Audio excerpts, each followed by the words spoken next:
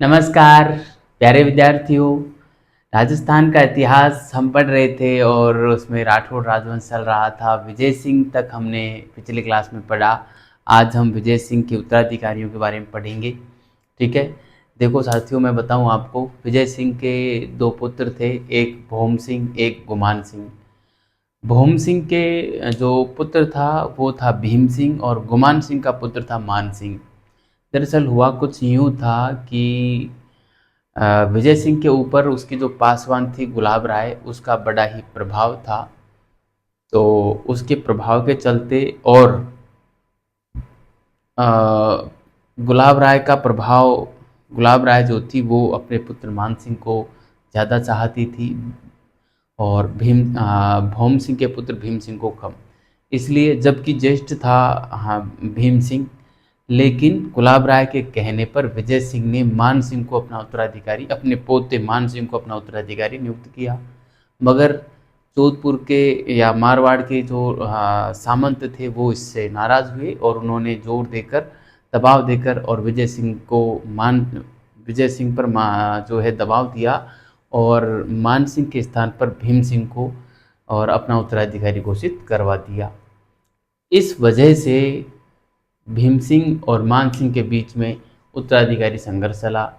उस संघर्ष के दरमियान भीम सिंह की मृत्यु हो जाती है और मान सिंह शासक बनता है। ठीक है, तो ये कहानी मैं शॉर्ट में आपको लिखता हूँ और फिर हम जो है मान सिंह के समय में और क्या क्या घटना होती है वो हम आगे पढ़ेंगे। ठीक है, तो यहाँ पे मैं हेडिंग डालता हूँ विजय सिंह के उत्तराधिकारी और मैं शॉर्ट में एक कहानी रूप में यहाँ पे लिख देता हूँ ना। देखो, विजय सिंह को हमने पिछली क्लास में पढ़ा है ना। विजय सिंह के उत्तराधिकारियों की बात करें हम, विजय सिंह के उत्तराधिकारी। ठीक है, तो देखो विजय सिंह के उत्तराधिकारियों को मैं यहाँ पे शॉर्ट में आपको एक डायग्राम के माध्यम से समझाऊं। दो इसके पुत्र थे, है ना। एक का नाम था भौम सिंह, क्या नाम था? भौम सिंह था।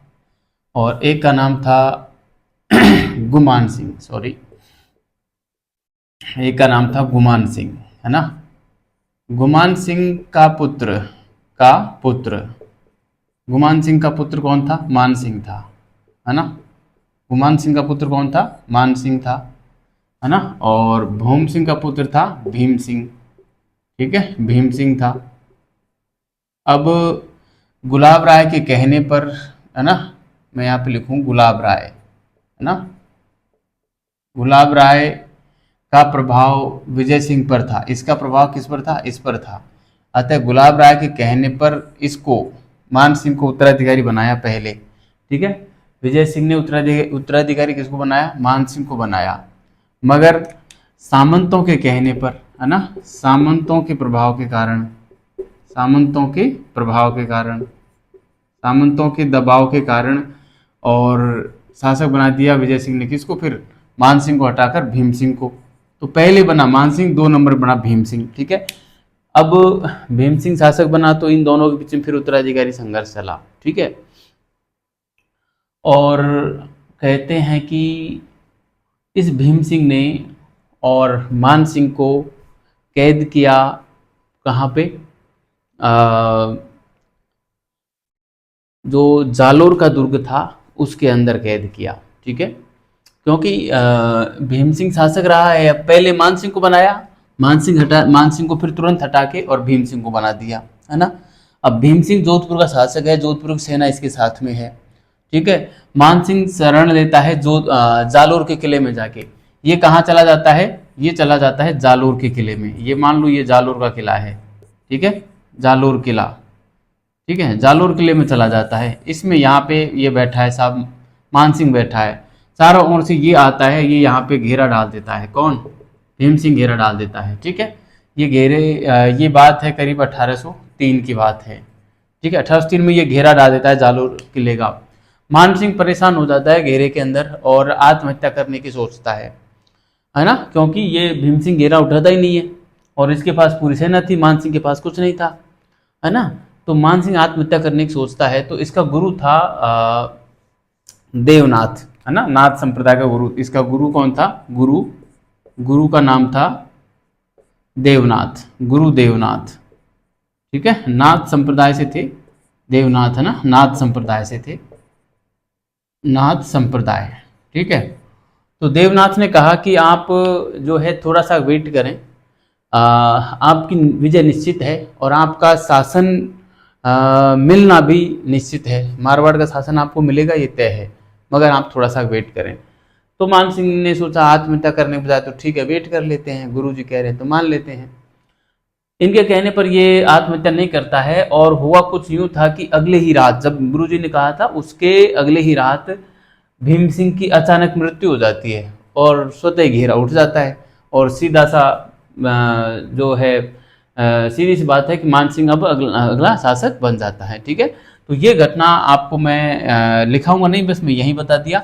ठीक है, आपको ये जरूर ध्यान रखनी है, भीम सिंह और मान सिंह के बीच में भीम सिंह ने मान सिंह को जालोर किले में घेरा था। ठीक है, ये भीम सिंह वही हैं जिनके साथ में मेवाड़ के महाराणा भीम सिंह ने ही अपनी पुत्री कृष्णा कुमारी की सगाई की थी, और फिर इसकी यहाँ पे मृत्यु होने की वजह से फिर कृष्णा कुमारी की सगाई फिर वो जयपुर के जगत सिंह के साथ कर दी गई थी, है ना। लेकिन जयपुर के जब जगत सिंह के साथ की तो इस मान सिंह ने विरोध किया, जिसको लेकर गिंगोली का युद्ध हुआ 1807 में, है ना, और अंत में जाकर कृष्णा कुमारी को जहर दे दिया गया था। वो वाली बात मैं पूरी सुना चुका हूँ, मैं यहाँ पे लिखूंगा नहीं, लेकिन मैं यहाँ पे छोटी सी बात लिख देता हूँ कि कृष्णा कुमारी की सगाई इसके साथ हुई थी, है ना, कृष्णा कुमारी की सगाई इसके साथ हुई, इसके साथ कृष्णा कुमारी की सगाई इसके साथ हुई थी। ठीक है, मगर सगाई शादी होने से पहले भीम सिंह की मृत्यु हो गई, तो फिर कृष्ण कुमारी की सगाई किसके साथ, जयपुर के जगत सिंह द्वितीय के साथ की, जिसका मान सिंह ने विरोध किया। फिर गिंगोली का युद्ध हुआ जिसमें मान सिंह पराजित भी हुआ, अमीर खां पिंडारी ने जो जयपुर का साथ दिया, और अंत में अमीर खां पिंडारी के कहने पर ही कृष्णा कुमारी के पिता, जिसका नाम था भीम सिंह ही नाम था, मेवाड़ का शासक था, है ना, उसने कृष्णा कुमारी को जहर दे दिया, 1810 में इसकी मृत्यु हो गई। ये कहानी है। अब मैं स्टार्ट करता हूँ, मान सिंह शासक बन जाएगा, और मान सिंह के बारे में मैं आपको जो है अब हम एक एक बात स्टार्ट करते हैं। ठीक है, तो चलो हम इसको मैं मिटा रहा हूँ विद्यार्थियों, और हेडिंग डालते हैं मान सिंह। ठीक है, आपको ये समझ में आ ही गया होगा, ये मैं कृष्णा कुमारी विवाद कई बार बता चुका हूँ, इसलिए मैं बार बार और हर क्लास में इसको नहीं बताऊंगा। विजय सिंह के उत्तराधिकारी में हम सीधा मान सिंह को यहाँ पे लिखते हैं, और 1803 से और 1843 तक जो है मान सिंह का यहाँ पे शासनकाल रहने वाला है। ठीक है, मान सिंह की बात करें तो 1803 से और 1843 ईस्वी। ठीक है, तो ये गुरु देवनाथ की भविष्यवाणी के चलते शासक बना था, ऐसा इसका मानना था कि गुरु जी की भविष्यवाणी के चलते, गुरु जी के आशीर्वाद से ही मुझे मारवाड़ का शासन मिला है, इसलिए इसने गुरु देवनाथ के लिए और जोधपुर में ही एक महामंदिर बनवाया था। ठीक है, जो नाथ संप्रदाय का बड़ा ही केंद्र माना जाता है। और उसके बाद कृष्णा कुमारी विवाद में इसी ने भाग लिया था, वो बात मैं आपको यहाँ पे बताऊंगा नहीं, क्योंकि वो बात पहले हम कर चुके हैं। ठीक है, कृष्णा कुमारी विवाद हो गया।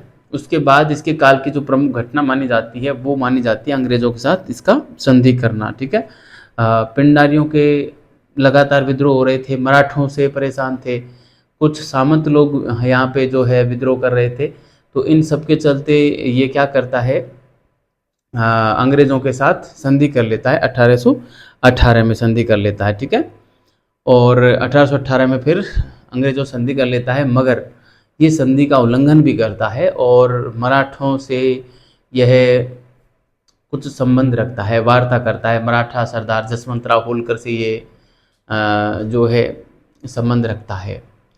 तो अंग्रेज इससे परेशान हो जाते हैं कि यार लगातार संधि का उल्लंघन कर रहा है, तो अंग्रेज जोधपुर में एक सेना का गठन करते हैं जिसको एरिनपुरा लीजियन के नाम से जाना जाता है ना, जोधपुर लीजियन के नाम से जाना जाता है, वो यहाँ पे गठित कर देते हैं। 1835 में गठन करते हैं वो, है ना। तो ये इसके समय की प्रमुख घटना थी, और फिर इसका जो निधन हुआ था वो निसंतान के रूप में हुआ था। ठीक है, तो उसके बाद जो है तख्त सिंह जो कि अजीत सिंह जो शासक हुआ था उसका वंशज था, उसको ईडर से बुलाया जाता है। और 1843 में तख्त सिंह को फिर जो है शासक बनाया जाता है। तो ये बात है, मैं यहाँ पे लिख देता हूँ। दो तीन बातें हैं।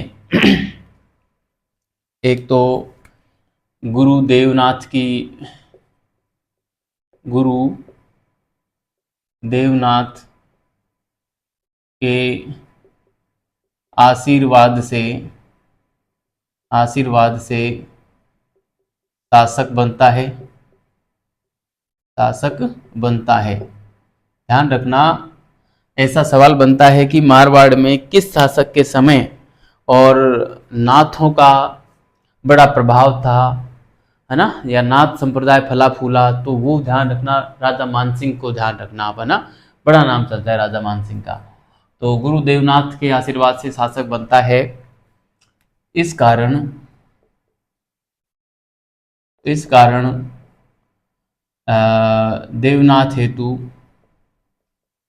देवनाथ हेतु एक महामंदिर, जो काम बनाते हैं जोधपुर में, है ना, महामंदिर बनवाता है, बनवाता है। ठीक है, एक महामंदिर जोधपुर में ही बनवाता है। एक तो ये प्रमुख घटना थी। उसके अलावा कृष्णा कुमारी विवाद इसी का ही, इसी ने किया था विवाद। और गिंगोली का युद्ध लड़ा, उसको मैं यहाँ पे लिखूंगा नहीं, फिर भी चलो मैं लिख देता हूँ, गिंगोली का युद्ध, है ना, मैं बस इतना ही लिखूंगा, गिंगोली युद्ध। गिंगोली युद्ध कब हुआ था? 1807 में हुआ था। और किस किस के मध्य हुआ था? ये मानसिंह वर्सेज जगत सिंह द्वितीय, है ना, जगत सिंह द्वितीय के बीच में हुआ था। जगत सिंह को जो है जीत मिली थी इसमें। जगत सिंह के साथ में अमीर खान पिंडारी भी था, है ना। गिंगोली युद्ध कृष्णा कुमारी विवाद को लेकर हुआ था, कृष्णा कुमारी विवाद को लेकर। ठीक है, वैसे पता ही होगा सबको, मैं कई बार बता चुका हूँ। इसके अलावा पिंडारियों, पिंडारियों व सामंतों से परेशान होकर, परेशान होकर 1818 में, 1818 ईस्वी में अंग्रेजों से संधि कर लेता है, अंग्रेजों से संधि कर लेता है। ठीक है, अंग्रेजों से ये जो है मानसिंह जो है संधि कर लेता है। मगर संधि का ये क्या है, लगातार उल्लंघन करता है और मराठा सरदार जसवंत राव होलकर से पत्राचार करता है, जिससे अंग्रेज परेशान होकर और एक सेना का गठन करते हैं, जिसको यहाँ पे एरिनपुरा में ये रखते हैं। एरिनपुरा पाली में पड़ता है, जिसको जोधपुर लीजियन के नाम से जाना जाता है। और वो जो सेना का गठन किया गया था वो 1835 में किया था। तो ये बात हम यहाँ पे कर लेते हैं। संधि का, ये वाली संधि है ना, संधि का उल्लंघन, उल्लंघन करते हुए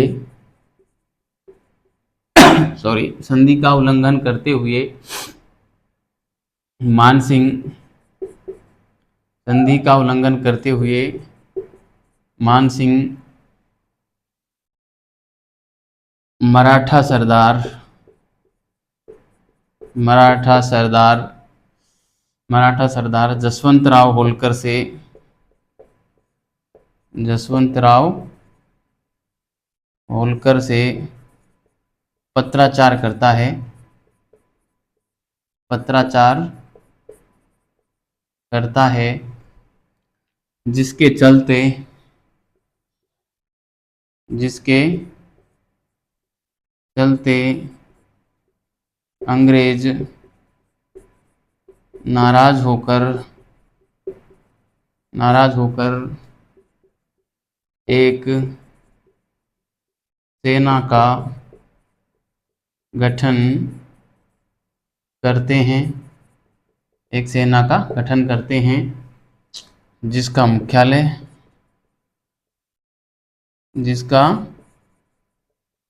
मुख्यालय एरिनपुरा, इसका मुख्यालय एरिनपुरा पाली में रखते हैं, एरिनपुरा पाली में रखते हैं, ठीक है। इसे जोधपुर लीजियन भी कहा जाता है, इसे जोधपुर लीजियन भी कहा जाता है ना। कब हुआ था, इसका गठन कब हुआ था, ये बात है 1835 ईस्वी की, ठीक है, 1835 ईस्वी की बात है। तो इसके समय में इतना ही है। निसंतान इसकी मृत्यु हो जाती है 1843 में, ठीक है।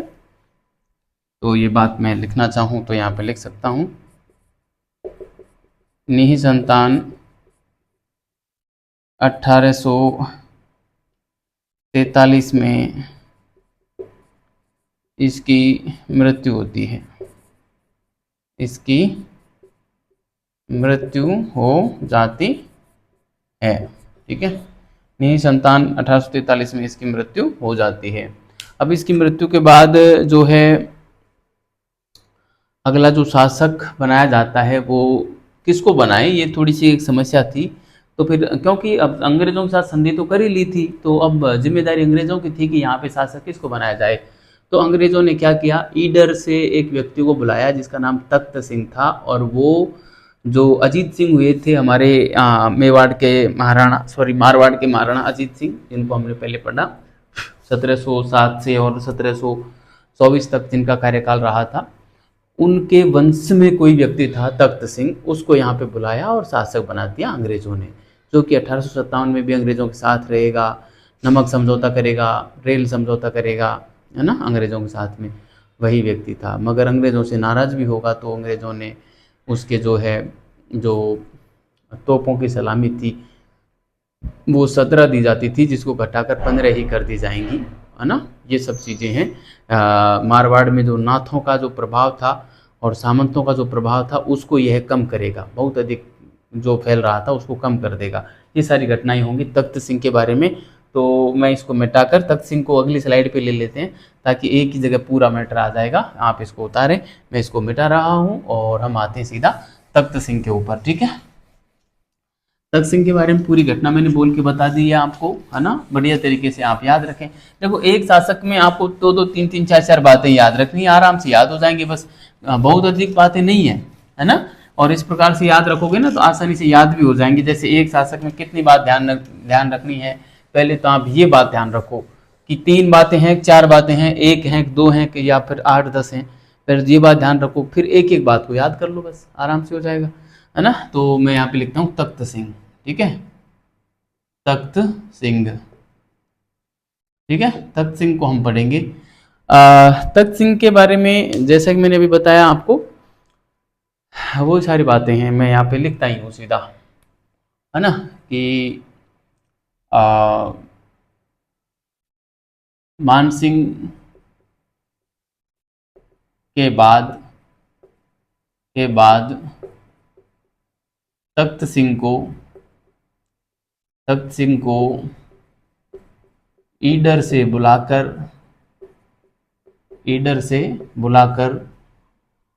अंग्रेजों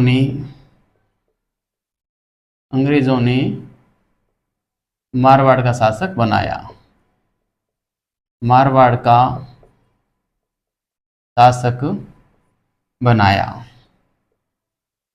का शासक बनाया, ठीक है। तो सॉरी, ये था, मारवाड़ का शासक बना दिया। यह अजीत सिंह का वंशज था, है ना, यह अजीत सिंह का वंशज था, यह अजीत सिंह का वंशज था, ठीक है, यह अजीत सिंह का वंशज था। बस इतना ध्यान रखना है। उनका कार्यकाल नहीं लिखा हमने, है ना, कार्यकाल लिख सकते हैं हम 1843 से और 1873 ईस्वी तक रहेगा। ठीक है, 1843 से 1873 रहेगा। ठीक है, तो एक बात हो गई है। दूसरी बात हम इसके बारे में हम लिखेंगे। दूसरी बात ये है कि इसने इसने मारवाड़ से इसने मारवाड़ से सामंतों सामंतों व मारवाड़ से सामंतों व नाथों के प्रभाव को कम कर दिया था। मानसिंह के समय नाथों का प्रभाव जोरों पे था ना। नाथों के प्रभाव को समाप्त किया।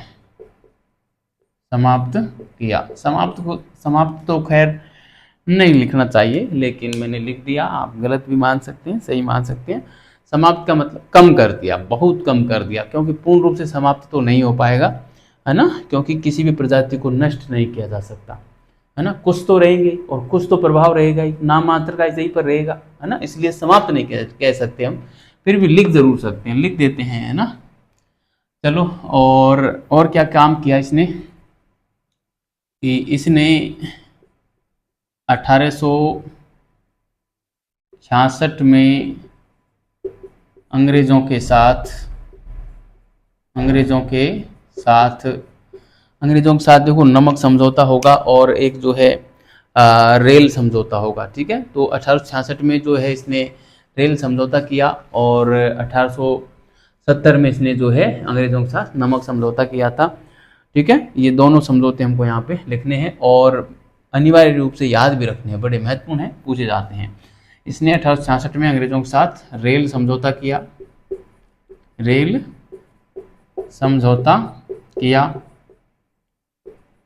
वे 1870 में अंग्रेजों के साथ नमक समझौता किया, है ना। अंग्रेजों के साथ नमक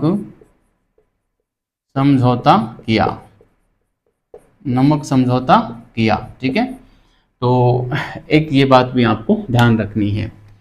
अगली बात मैं लिखूं, जो लॉर्ड मेयो का दरबार था 1870 का, उसमें जो सेटिंग व्यवस्था थी उसको देखकर ये बड़े नाराज हुए और उस दरबार का बहिष्कार किया। ठीक है, हम लिखेंगे 1870 में लॉर्ड मेयो के अजमेर दरबार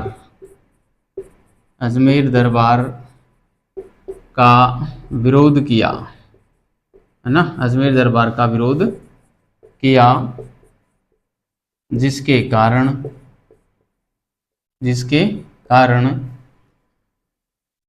इनके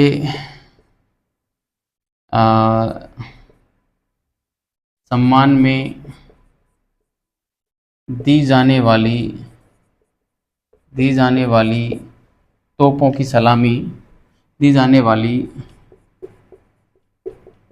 की सलामी की संख्या 17 से घटाकर 15 कर दी, है ना। 17 से घटाकर क्या कर दी, 15 कर दी। ठीक है, तो लॉर्ड मेयो आपको पता होगा भारत के गवर्नर जनरल व वायसराय थे, जिनकी यहाँ पे हत्या भी हुई थी भारत में ही, है ना। इधर पूर्वोत्तर भारत में हत्या कर दी गई थी करीब 1872 में, है ना। लेकिन 70 में लॉर्ड मेयो अजमेर आए थे और अजमेर में अपना एक दरबार लगाया था। उस दरबार में ये गए, लेकिन अपने कद के लेवल में अपनी कुर्सी न पाकर और उसका विरोध किया। उस विरोध के चलते मेयो ने क्या किया, इसके सम्मान में जो 17 तोपों की सलामी दी जाती थी वो घटाकर 15 कर दी। तो ये बात थी तख्त सिंह के संबंध में। तो तख्त सिंह में यही बातें हैं। एक मंदिर और बनवाया था जो ये इसमें जोधपुर में जो था मंदिर, उसका इसने जो है जीर्णोद्धार करवाया था। मैं बताऊंगा आपको, है ना, जो चामुंडा माता का मंदिर था, क्योंकि ये चामुंडा कई पुजारी हैं। चामुंडा माता मंदिर का जीर्णोद्धार इसने करवाया था। चामुंडा माता मंदिर का पुनर्निर्माण पुनः निर्माण इसने करवाया था, इसने करवाया था। ठीक है, तो ये हमारे पूरे हुए। ठीक है, इसके बाद जो शासक बनेंगे वो बनेंगे हमारे महाराजा जसवंत सिंह सेकंड। बड़ा ही पॉपुलर नाम है और बढ़िया तरीके से इसको याद रखना है जसवंत सिंह सेकंड को, क्योंकि इनके काम भी उतने ही बढ़िया हैं। ठीक है, तो हम यहाँ पे लिखते हैं जसवंत सिंह सेकंड। यहाँ पे आ जाएंगे क्या? आएंगे तो नहीं, पर फिर भी हम चलो यहीं पे स्टार्ट करते हैं। जसवंत सिंह सेकंड, जसवंत सिंह सेकंड 1873 से और 1895 तो चलेगा। ठीक है, ये है जसवंत सिंह सेकंड। इनके समय में देखो, एक तो जनगणना हुई थी 1881 में जोधपुर में, मारवाड़ में, है ना। ठीक है, राजपूताना की प्रथम जनगणना मानी जाती है, जो जोधपुर में पहली जनगणना मानी जाती है, 1881 में हुई थी। वैसे आपको याद होगा 1881 में भारत में व्यवस्थित रूप से, और 1881 से हर 10 साल में जनगणना होती आई है, आज भी उसी तरीके से चल रही है। वैसे 1872 में पहली बार जनगणना हुई थी भारत में, और 1872 के बाद फिर 81 में जब हुई तो उसके बाद इसको कंटिन्यू हर 10 साल में एक बार जनगणना होना तय किया था, जो आज भी होती आई है। तो 81 में इस समय शासक मारवाड़ में कौन थे? जसवंत सिंह सेकंड थे। ठीक है, इसके अलावा इनके समय में 1883 में दयानंद सरस्वती जी जोधपुर जाते हैं, और जोधपुर में राय का बाग पैलेस में वो ठहरते हैं। आर्य समाज की स्थापना जोधपुर में करते हैं। ठीक है, और उसी समय जब ये गए थे जसवंत सिंह के दरबार में दयानंद सरस्वती जी, तो जसवंत सिंह ने और अपनी एक प्रेमिका थी नन्ही भक्तन या नन्ही जान उसको वो कहता था, उसको गोदी में खिला रहा था, मतलब भरे दरबार में। तो दयानंद सरस्वती जी जब गए तो उन्होंने जसवंत सिंह को बड़ी लताड़ लगाई कि यार, एक मतलब राजा हो के आपको शर्म आनी चाहिए, इस प्रकार से एक मतलब, और एक सुंदरी के चक्कर में आप है जो पागल हुए जा रहे हो, राजा के क्या कर्तव्य होते हैं आपको यही पता नहीं है, आप क्या शासन करोगे, मतलब उसको बुरी तरीके से लताड़ लगाई दयानंद सरस्वती जी ने। फिर जसवंत सिंह जी तो मान गए, उसको उतारा और जो नन्ही भक्तन वहाँ से चली गई। लेकिन नन्ही भक्तन को बड़ा बुरा लगा कि भरे दरबार में मेरी वजह से राजा को फटकारा, मुझे फटकारा, मुझे भी है जो कह दिया होगा उनको भी कुछ। तो इस वजह से नन्ही भक्तन ने क्या किया, दयानंद सरस्वती जी के जो दूध था उसमें कांच पीस के और घोल के पिला दिया उनको। तो उसकी वजह से उनकी तबीयत बड़ी ख़राब हुई, और वहाँ से वो चले आए थे अजमेर, मगर वहाँ आके इनका देहावसान 30 अक्टूबर 1883 को दीपावली के दिन हो जाता है। ठीक है, तो ये घटना थी जसवंत सिंह के काल की। इसके अलावा जसवंत सिंह ने 1885 में जोधपुर में बाल विवाह पर रोक लगाई थी, और बाल विवाह पर रोक लगाने वाली पहली रियासत बनी थी हमारी जोधपुर। ठीक है, तो ये पूरी घटना थी जो मैंने आपको यहाँ पे बताई। ठीक है, इसके अलावा कायलाना झील का निर्माण भी इनके समय में हुआ था। इनके प्रधानमंत्री थे सर प्रताप सिंह, है ना। सर प्रताप सिंह ने इनके भाई लगते थे, उन्होंने जो है जोधपुर में कायलाना झील का निर्माण करवाया था। तो एक घटना वो है। इसके बाद जसवंत सिंह हमारे पूरे हो जाएंगे। ठीक है, तो जसवंत सिंह के बारे में देखो क्या क्या बातें हैं, मैं यहाँ पे शॉर्ट में लिखने का प्रयास करूँगा। एक तो है 1881 में मारवाड़ में जनगणना होना, है ना, जनगणना होना, है ना, पहली बात। दूसरी, दयानंद सरस्वती का आना, दयानंद सरस्वती, दयानंद सरस्वती जी आए, जी जोधपुर आए, है ना, जोधपुर आए। कब आए? 1883 में आए, है ना। ठहरे कहाँ थे? ठहरे राय का बाग पैलेस में ठहरे, है ना। राय का बाग पैलेस किसने बनवाया था? जसवंत सिंह फर्स्ट ने बनवाया था, ध्यान रखना, इसको बनवाया जसवंत सिंह फर्स्ट ने था। और जसवंत सिंह सेकंड के समय में दयानंद सरस्वती जी यहाँ आए थे, यहाँ पे ठहरे थे और यहाँ पे आर्य समाज की स्थापना भी की थी, ध्यान रखना, है ना, आर्य समाज की स्थापना की, ध्यान रखना। आर्य समाज की स्थापना ये मुंबई में 1875 में कर चुके थे, मगर जोधपुर में भी एक शाखा के रूप में यहाँ पे खोली थी, ठीक है। तो एक ये हुआ। इन्होंने जो है सत्यार्थ प्रकाश नामक जो ग्रंथ भी था वो भी इन्होंने लिखा था, पर यहाँ पे नहीं लिखा था। उसकी भूमिका उदयपुर में लिखी थी, है ना, दयानंद सरस्वती ने, हाँ, ठीक है। और इसके अलावा दयानंद सरस्वती ने इनको लताड़ा था, वो वाली बात मैं यहाँ पे लिखूँ क्या, बताने की तो क्या ही आवश्यकता है, फिर भी मैं लिख देता हूँ। दयानंद सरस्वती जी ने जसवंत सिंह को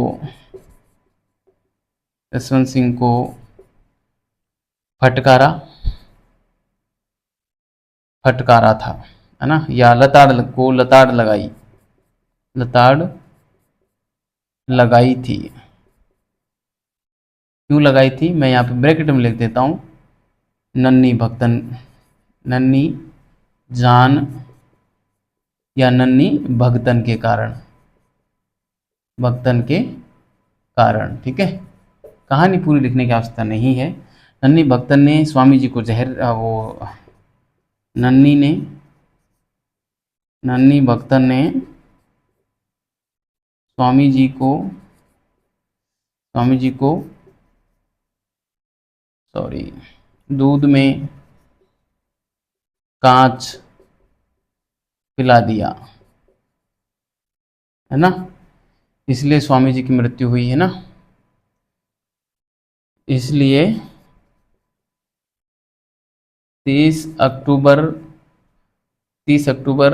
1883 अजमेर, ठीक है, स्वामी जी की मृत्यु हुई। स्वामी जी की मृत्यु, ठीक है, आप समझ ना, अजमेर, ये अजमेर है ना, अजमेर सही है, ठीक है। स्वामी जी की मृत्यु अजमेर में हुई 30 अक्टूबर 1883 को, दीपावली का दिन था। कौन सा दिन था, दिवाली, है ना। इस बार आई आई थी 31 अक्टूबर को रही थी दिवाली, और उस समय 30 अक्टूबर को थी, ठीक है, बहुत ज़्यादा अंतर नहीं है। और ये एक बड़ी घटना थी, ठीक है। इसके अलावा 1885 में इन्होंने जो है बाल विवाह पर प्रतिबंध लगाया, है ना। 1885 में बाल विवाह पर प्रतिबंध लगाने वाली पहली रियासत बनी, ठीक है। मारवाड़ पहली रियासत बनी बाल विवाह पर प्रतिबंध लगाने वाली राजपूताना की, ठीक है। ये बात आपको ध्यान रखना है। और जसवंत सिंह के जो भाई थे सर प्रताप, वो इनके प्रधानमंत्री भी थे, जिन्होंने जोधपुर में जो है कायलाना झील का निर्माण करवाया था। ये बात आपको ध्यान रखनी है। तो उसको मैं जो है यहाँ पे लिख देता हूँ, यहाँ पे जगह बच रही है, मैं रेड पेन से लिखने का प्रयास करता हूँ, आप सीधे समझ जाना, सर प्रताप सिंह, बस मैं शॉर्ट में लिख रहा हूँ, आप पूरे डिटेल से लिखना, सर प्रताप सिंह, ठीक है। ये जसवंत सिंह के क्या थे, भाई व प्रधानमंत्री थे, है ना, भाई व प्रधानमंत्री थे, ठीक है। जिसने क्या करवाया था, कायलाना झील कहाँ है, जोधपुर में है, ठीक है, इसका निर्माण करवाया था, ठीक है। तो आप ये हमारे जसवंत सिंह यहाँ पे जो है पूरे होते हैं, आप इसका स्क्रीनशॉट ले लें, या आप साथ के साथ उतार ही रहे होंगे, ठीक है। अब हम अगला जो शासक पढ़ेंगे वो पढ़ेंगे सरदार सिंह पढ़ेंगे, ठीक है। सरदार सिंह का काफ़ी बड़ा योगदान है 1895 से, और लगभग इनका कार्यकाल चलता है 1911 तक चलता है। फिर आ जाते हैं सुमेर सिंह, जो कि प्रथम विश्व युद्ध में अंग्रेज़ों का साथ देते हैं और फ्रांस मोर्चे पर लड़ने जाते हैं। 1918 में मलेरिया के कारण सुमेर सिंह की मृत्यु होती है। और सुमेर सिंह के बाद जो अगले शासक बनते हैं वो बनते हैं उम्मेद सिंह, और उमेद सिंह के बाद हनुवंत सिंह बनते हैं अंतिम शासक है। तो आज की क्लास हम पूरी करेंगे, आज राठौड़ राजवंश पूरा कर देंगे। ठीक है, आप इसको उतारें, मैं इसको मिटा के और सीधा आता हूँ जसवंत सिंह के बाद सरदार सिंह के ऊपर। ठीक है, आपने इसको उतार लिया होगा। सरदार सिंह में कई बातें हैं जो हमको याद रखनी है। ऐतिहासिक बातें तो नहीं है, कल्चर का मामला अधिक है, लेकिन काफ़ी अच्छा है ना। ऐसे शासक मुझे भी पसंद हैं, उसके एक दो काम उसने गजब करवाए थे, वो बढ़िया हैं। वैसे अंग्रेज़ों का साथ देने के, जो चीन में जो बॉक्सर युद्ध हुआ था वहाँ पे, हाँ, ये गए थे बॉक्सर युद्ध को दबाने के लिए, और बॉक्सर विद्रोह को जब इन्होंने दबाया, उसमें सहायता की, तो चाइना 1900 अपने झंडे पर इन्होंने जो है लिखवाया था। तो वो बात हम यहाँ पे लिखेंगे। ठीक है, चलो, क्या है सरदार सिंह। सरदार सिंह कार्यकाल 1895 से और 1911 ईस्वी तक चलेगा। ठीक है, तो इनके समय की घटनाएं मैंने बोल के सुनाई, अभी आपको को मैं यहाँ पे लिख दूँ। एक तो देखो, इसने जो बॉक्सर विद्रोह हुआ था 1899 1900 में, उसको दबाने के लिए चाइना गए थे, चीन गए थे, उसको दबाया, और उस सफलता की खुशी में सरदार सिंह ने अपने झंडे पर चाइना 1900 लिखवाया। एक बात। दूसरा, इन्होंने अपने पिता जसवंत सिंह सेकंड की याद में और 1906-7 के समथिंग जोधपुर में जसवंत थड़ा का निर्माण करवाया, जो कि राजस्थान का ताजमहल के नाम से जाना जाता है। ठीक है, तीसरा काम, इन्होंने एक एडवर्ड रिलीफ फंड की स्थापना की थी, है ना। एडवर्ड रिलीफ फंड की स्थापना की थी 1910 में, एडवर्ड रिलीफ फंड, जिसके तहत यह जो था गरीबों को और पेंशन देता था, है ना। कितना बड़ा काम था, सोचिए, पेंशन देने का काम, वो भी गरीबों को। जो आज हमारी सरकार बांटती है, वो भी वोट के बदले बांटती है एक तरीके से। वोट नहीं लेने हो तो शायद सरकार ने पता नहीं क्या करें, मगर सरदार सिंह ने देखो उस ज़माने में गरीबों के लिए और पेंशन देने की जो है व्यवस्था की 1910 में, और एडवर्ड रिलीफ फंड नाम से एक विभाग बना दिया था। ठीक है, इसके अलावा एक बौद्धिक रिसर्च सेंटर इन्होंने खोला, जिसमें डिंगल साहित्य के विकास हेतु और बौद्धिक रिसर्च सेंटर जो है इन्होंने खोला था। ठीक है, तो ये थी प्रमुख बातें जो हमको इनके समय में ध्यान रखनी है। इसके अलावा एक बाज़ार भी बनवाया था इन्होंने जोधपुर में, सरदार क्लॉक बाज़ार, है ना, वो भी इन्होंने बनवाया था जोधपुर में।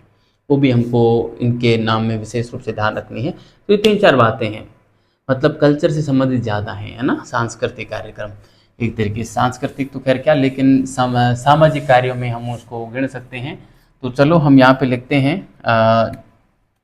1899 1900 में हुए, में चीन में हुए, में चीन में चीन में हुए बॉक्सर विद्रोह को दबाने चीन गए तथा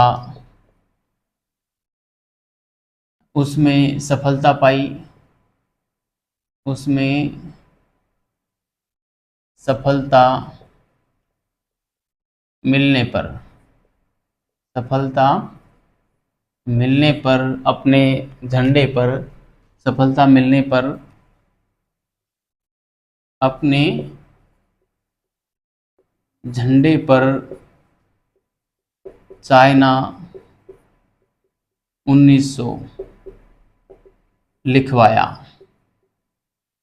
चाइना 1900 लिखवाया। ठीक है, ये बात बड़ी महत्वपूर्ण है, आपको ध्यान रखनी है। दूसरी बात, 1900 करीब 6-7 की बात है, 1906-7 में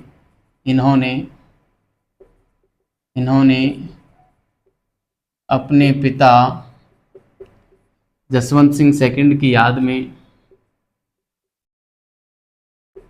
जसवंत सिंह सेकंड की याद में जसवंत थड़ा का निर्माण करवाया। जसवंत थड़ा का निर्माण करवाया। जसवंत थड़ा का निर्माण करवाया। ठीक है, जसवंत थड़ा का निर्माण करवाया। जसवंत थड़ा का निर्माण करवाया, जिसे जिसे राजस्थान का इसे राजस्थान का ताजमहल कहा जाता है। इसे राजस्थान का ताजमहल कहा जाता है। इसे राजस्थान का ताजमहल कहा जाता है। ठीक है, जसवंत थड़ा आपको बढ़िया तरीके से याद रखना है। राजस्थान का ताजमहल कोई तो अपनी बीवियों के लिए बनाता है, इसने अपने पिता की याद में बनवाया। देखो कितनी बड़ी बात है ना। ये मुगलों को हम पढ़ते हैं, पढ़ाए जाते हैं, दक्षिण का ताजमहल, बीबी का मकबरा, है ना, औरंगजेब ने बनवाया था, रबिया उद्दौला रानी का। ताजमहल तो स्वयं है ही मुमताज़ महल की याद में, शाहजहाँ ने बनवाया था 1632 से 1648 के बीच में। मगर पत्नियों की याद में, पिता की याद में कोई महल बनवाया जाए जिसे ताजमहल की संज्ञा दी जाए, बहुत बड़ा नाम है ये ना, बहुत बड़ा काम है। और कभी देखना इस ताजमहल को, ये इस जसवंत थड़े को ताजमहल से कम नहीं है, बड़ा गजब का है ये ना। मैंने अब देखा है, मगर गूगल पे सर्च करके है ना, आप देखना कभी।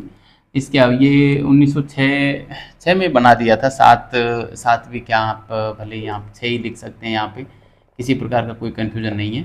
ठीक है, 6-7 दोनों आए तो आप 6-7 पे क्लिक कर देना, केवल 6 हो तो 6 पे क्लिक करना। ठीक है, एग्जाम में इस प्रकार का ध्यान रखना।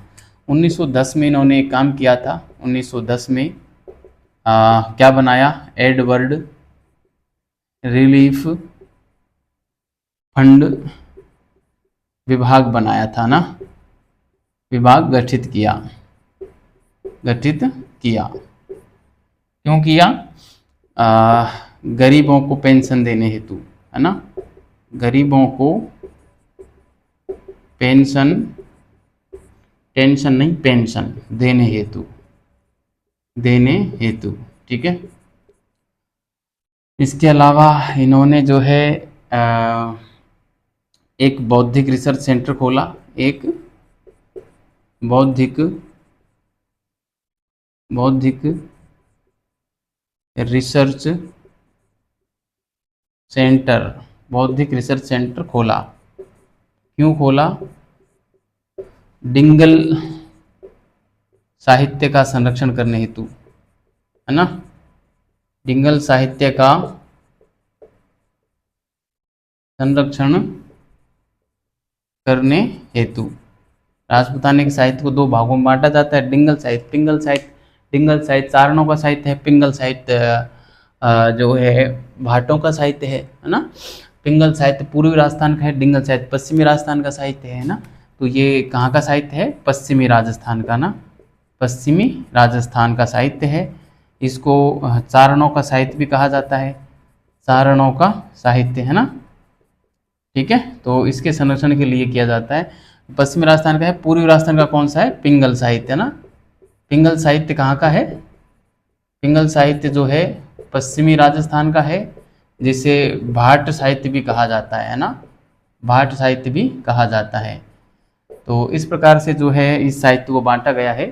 और ये किसने बांटा था? एल.पी. टेसीटोरी ने बांटा था, है ना। जबकि राजस्थान के संपूर्ण साहित्य को 5 भागों में बांटने का काम जॉर्ज अब्राहम गियर्सन ने किया था। वो आप साहित्य में पढ़ना जाके, है ना। तो ये सारी चीज़ें हैं। इसके अलावा जो है इन्होंने एक सरदार क्लॉक बाजार का निर्माण करवाया था ना। सरदार क्लॉक टावर के नाम से बोलते हैं उसको। वो एक प्रकार का बाजार था, है ना। सरदार क्लॉक टावर का निर्माण करवाया था जोधपुर में ही। ठीक है, इन्होंने सरदार क्लॉक टावर बनवाया। ठीक है, इन्होंने सरदार क्लॉक टावर बनवाया। क्या था ये? एक बाजार था, एक बाजार था। ठीक है, एक प्रकार का जो है यह एक क्या था? बाजार था, जो जोधपुर में इन्होंने बनवाया था। ये बात आपको ध्यान रखनी है। और ये थे हमारे सरदार सिंह, जो यहाँ पे पूरे होते हैं। सरदार सिंह के बाद अब हम जो है सुमेर सिंह को पढ़ेंगे, है ना। सुमेर सिंह, फिर अजीत सिंह, सॉरी अजीत क्या, उम्मेद सिंह, है ना, और हनुमंत सिंह अंतिम शासक होंगे। मतलब इनके 3 पुत्र थे सरदार सिंह के, एक सुमेर सिंह था, एक उम्मेद सिंह था और एक अजीत सिंह था। अजीत सिंह उम्मेद सिंह का प्रधानमंत्री बनता है, जो कि अ, अजीत भवन पैलेस का निर्माण करवाता है, जो कि जिसकी बड़ी विशेषता रहती है, वो सब हम अभी देखेंगे आगे। मैं इसको मिटाता हूँ और हम आते हैं अगले शासक पर, जो इनके बाद शासक बनेंगे सुमेर सिंह, है ना। सुमेर सिंह को यहीं करवा देते हैं, ठीक है। अगला शासक बनेगा सुमेर सिंह, ठीक है। देखो सुमेर सिंह अगले शासक, सुमेर सिंह में तो कोई एक ही बात है। इनका कार्यकाल रहेगा हमारा 1911 से और 1900 जो है 18 ईस्वी, यहाँ पर फिलहाल रखना 18 तक ही है फिलहाल, क्या 18 में 1918 में मलेरिया के कारण मृत्यु होती है, ठीक है। एक तो इन्होंने क्या किया, जो वर्ल्ड वार फर्स्ट हुआ, प्रथम विश्व युद्ध, है ना, वर्ल्ड वार फर्स्ट मैंने शॉर्ट में लिखा है। वर्ल्ड वार फर्स्ट में अंग्रेजों का साथ देने हेतु, अंग्रेजों का साथ देने हेतु फ्रांस मोर्चे पर लड़े, है ना, फ्रांस मोर्चे पर लड़े, ठीक है। ये बात आपको ध्यान रखनी है। बहुत बार पूछा जाता है कि राजस्थान का वह कौन सा शासक था जो अंग्रेजों के खातिर फ्रांस मोर्चे पर लड़ने गया था, तो ये सुमेर सिंह था, है ना। और 1918 में मलेरिया के कारण मृत्यु, ठीक है, मलेरिया के कारण मृत्यु हो जाती है, ठीक है। तो ये हमारे यहाँ पे पूरे होते हैं सुमेर सिंह। सुमेर सिंह में इतना ही है। अब मैं आता हूँ उम्मेद सिंह पे सीधा, ठीक है। इसको मिटा देते हैं और हम अगले शासक उम्मेद सिंह की बात करते हैं, ठीक है। उम्मेद सिंह ने भी जो समाज के लिए कई सारे काम किए थे, है ना। उसने जो है एक तो अस्पताल बनवाया था, विजडम अस्पताल बनवाया था, जिसको वर्तमान में जो है महात्मा गांधी अस्पताल के नाम से जाना जाता है ना, महात्मा गांधी अस्पताल के नाम से जाना जाता है। इन्होंने अपने जो भाई लगते थे अजीत सिंह, उसको अपना प्रधानमंत्री बनाया था, जिसने अजीत भवन पैलेस का निर्माण करवाया, जो कि भारत की प्रथम हेरिटेज होटल के नाम से उसको जाना जाता है ना। और इसने एक छीतर पत्थर से और एक महल बनवाया था, छीतर पैलेस के नाम से, जिसको जाना जाता है जोधपुर में, अपने स्वयं के नाम से, उम्मेद के नाम पर उम्मेद भवन पैलेस भी उसको कहते हैं। और कहते हैं कि यह राजस्थान का सबसे बड़ा महल है क्षेत्रफल की दृष्टि से, ठीक है। तो ये कुछ बातें इनके बारे में थी, इनको हम पढ़ते हैं। तो मैं हेडिंग डालता हूँ उम्मेद सिंह, ठीक है। उम्मेद सिंह, उम्मेद सिंह का कार्यकाल हम लिखें 1918 से और 1943 तक रहेगा, 1943 तक, है ना। 43 में फिर हनुमंत सिंह आ जाएंगे, जो कि राजस्थान के एकीकरण के समय रहते हैं, ठीक है। तो इनके बारे में मैंने जो बातें थी वो मैंने यहाँ पे बोल के सुनाई ही दी हैं। मैं आपको लिख ही देता हूँ सीधा, कि एक तो जो है उम्मेद भवन पैलेस का निर्माण जोधपुर में करवाया था, छीतर पत्थर का इस्तेमाल किया था, इसलिए इसको छीतर पैलेस भी कहते हैं। राजपुताने का सबसे बड़ा महल माना जाता है क्षेत्रफल की दृष्टि से, ठीक है। इसके अलावा इन्होंने जो है विडम अस्पताल का भी निर्माण करवाया था, एक वो बात हम यहाँ पे लिख देंगे, ठीक है। तो हम लिखेंगे इन्होंने जोधपुर में, है ना, उम्मेद भवन पैलेस का निर्माण करवाया, उम्मेद भवन पैलेस का निर्माण करवाया, उम्मेद भवन पैलेस का निर्माण करवाया। इसे छीतर पैलेस भी कहते हैं, इसे छीतर पैलेस भी कहते हैं, है ना। छीतर पैलेस क्यों? क्योंकि छीतर पत्थर के नाम पर छीतर पैलेस, उम्मेद भवन उम्मेद के नाम पर, है ना। यह राजपूताने का यह राजपूताने का सबसे बड़ा भवन माना जाता है, सबसे बड़ा भवन माना जाता है। यह राजपूताने का सबसे बड़ा भवन माना जाता है। ठीक है, दूसरी बात हम लिखेंगे कि इन्होंने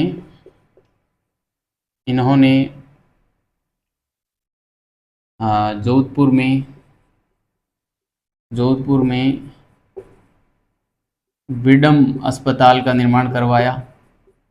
विडम अस्पताल का निर्माण करवाया, है ना, विडम अस्पताल का निर्माण करवाया। इसको वर्तमान में महात्मा गांधी अस्पताल भी कहा जाता है ना, महात्मा गांधी अस्पताल भी कहा जाता है। ठीक है, इसको वर्तमान में जो है महात्मा गांधी अस्पताल भी कहा जाता है। ठीक है, एक अपने नाम पर भी इसने एक अस्पताल बनवाया था, उम्मेद अस्पताल, वो भी आप लिख सकते हैं।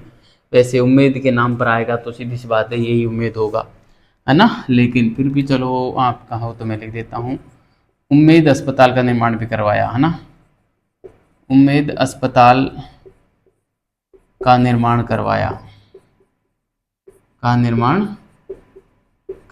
ठीक है, इसके अलावा जो गोलमेज सम्मेलन हुए थे, आपको पता होगा, जब भारत का इतिहास पढ़ेंगे, आधुनिक भारत का, 1930, 31 और 32 में 3 बार वो अधिवेशन हुआ था गोलमेज सम्मेलन का। ठीक है, जिसको 3 गोलमेज सम्मेलन के नाम से जानते हैं। तो उसमें अपना प्रतिनिधि इन्होंने भेजा था सर विलियम यंग को। ठीक है, ये स्वयं नहीं गए थे, तो मैं यहाँ पे लिखूंगा गोलमेज सम्मेलन में अपने प्रतिनिधि के रूप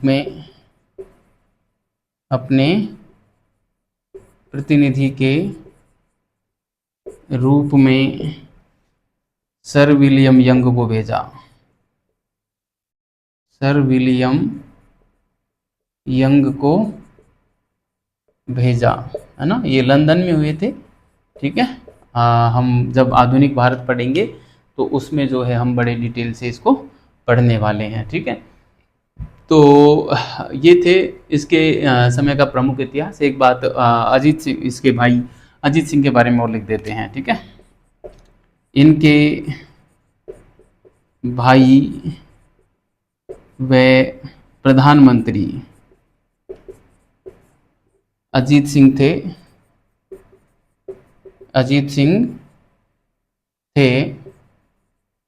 है ना, इन्हें सर की उपाधि प्राप्त थी, इन्हें सर की उपाधि प्राप्त थी, इन्हें सर की उपाधि प्राप्त थी। ठीक है, इन्हें सर की उपाधि प्राप्त थी। अजीत सिंह को महाराजा धीरज भी कहा जाता था ना, महाराजा धीरज भी इनको कहा जाता था, धीरज, है ना, और सर अजीत सिंह तो कहा ही जाता था। इन्होंने जो है एक भवन का निर्माण करवाया था, अजीत भवन पैलेस, है ना, अजीत भवन पैलेस का निर्माण करवाया, पैलेस का निर्माण करवाया, जो भारत की पहली हेरिटेज होटल मानी जाती है ना, जो भारत की पहली हेरिटेज होटल मानी जाती है, जो भारत की पहली हेरिटेज होटल मानी जाती है। ठीक है, ये बात आपको ध्यान रखनी है। और इसी के साथ ही हमारे ये उम्मेद सिंह पूरे होते हैं, और उम्मेद सिंह के बाद अगले शासक बनेंगे हनुवंत सिंह। ठीक है, हनुवंत सिंह 1843 में शासक बनते हैं। मैं अगला शासक लिख देता हूँ, हनुवंत सिंह, है ना, हनुवंत सिंह। ठीक है, 1943 से, और एकीकरण के समय यही रहेंगे, एकीकरण के समय तक, है ना। एकीकरण, अंतिम शासक थे ये, है ना, अंतिम शासक, अंतिम शासक, ठीक है। तो ये था प्यारे विद्यार्थियों, हनुवंश सिंह के समय घटनाओं को हम एकीकरण में और प्रजामंडल आंदोलन पढ़ेंगे या नहीं पढ़ेंगे, ठीक है। तो ये था हमारे राठौड़ राजवंश जो आज यहाँ पे पूरा हुआ। अगली क्लास में हम जो है चौहान राजवंश पे एक दो क्लासें में मिलूंगा, बहुत बड़ा नहीं है, 2 या 3 क्लासों में चौहान राजवंश पूरा हो जाएगा। उसके बाद में राजवंशों को यहीं रोकूंगा, मतलब पूरे हो जाएंगे प्रमुख प्रमुख राजवंश। कुछ अन्य राजवंश बचेंगे जिनको आप अपने स्तर पर पढ़ लेना, या फिर मेरी पुस्तक आ रही है, बस 10-15 दिन में आपके हाथों में होगी। उस पुस्तक से आपके सारे सवाल क्लियर हो जाएंगे, वहाँ से आप प्रैक्टिस भी कर सकते हैं। गजब का मैंने उसमें कंटेंट डाला है, उसको मैं और NR चौहान सर ने लिखा है, दोनों ने मिलके। तो राजवंश वाला टॉपिक मैंने निपटाया है, तो बढ़िया से क्लियर हो जाएगा आपका, इधर उधर भटकने की आवश्यकता 1% भी नहीं है। उस पुस्तक को पढ़ लेना, उसके अलावा कुछ पढ़ने की आवश्यकता नहीं रहेगी, अपना कंटेंट और वो पुस्तक, बस आराम से आपके सारे सवाल वहीं से फंसेंगे, फिर कह रहा हूँ, ठीक है। तो आप इधर उधर मत जाना कहीं पर भी, और जो है अधिक कंटेंट इकट्ठा मत करना, वरना कंटेंट में आप जो है उलझ जाओगे, ठीक है। तो अब फिर हम चौहान राजवंश पढ़ने के बाद हम सीधे आ जाएंगे आधुनिक भारत पर, 1857 की क्रांति, राजस्थान का एकीकरण वगैरह, प्रजामंडल आंदोलन, किसान आंदोलन और जनजातीय आंदोलन पढ़ के हम राजस्थान को पूरा करके, और फिर या तो विश्व इतिहास शुरू करेंगे या आधुनिक भारत शुरू करेंगे। आपको जो पढ़ना हो कमेंट बॉक्स में कमेंट करके बताना कि राजस्थान इतिहास पढ़ने के बाद आप क्या पढ़ना चाहोगे, आधुनिक भारत या विश्व का इतिहास या मेडाइवल हिस्ट्री, मध्यकालीन भारत, ठीक है। तो बहुत बहुत धन्यवाद विद्यार्थियों, अच्छे रहिए, मस्त रहिए और पढ़ते रहिए।